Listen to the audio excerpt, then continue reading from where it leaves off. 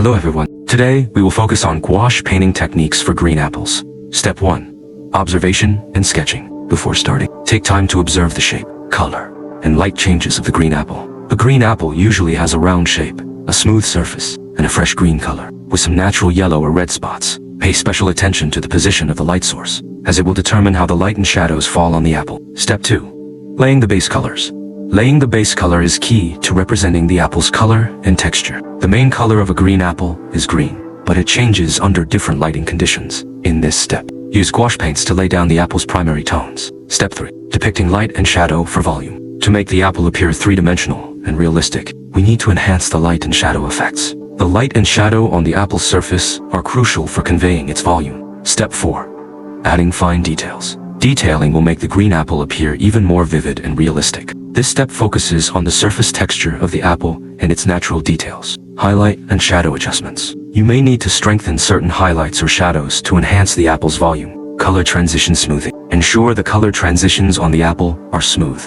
Use thin layers of gouache to adjust and refine the gradient transitions, making them appear more natural. Step 6. Background and final adjustments. The background should complement the apple without drawing attention away from it. Use warm, gray, or beige tones to keep the background subtle, making the apple stand out, if necessary. You can add simple textures or shadows from the table to further enhance the composition. The key to painting a green apple in gouache lies in color layering, light and shadow manipulation, and fine detail rendering. By carefully handling the light, shadow transitions, and color gradients, you can make the apple look more realistic and three-dimensional. I hope today's lesson helps you master these techniques and improve your gouache painting skills. That concludes today's lesson. Thank you, everyone.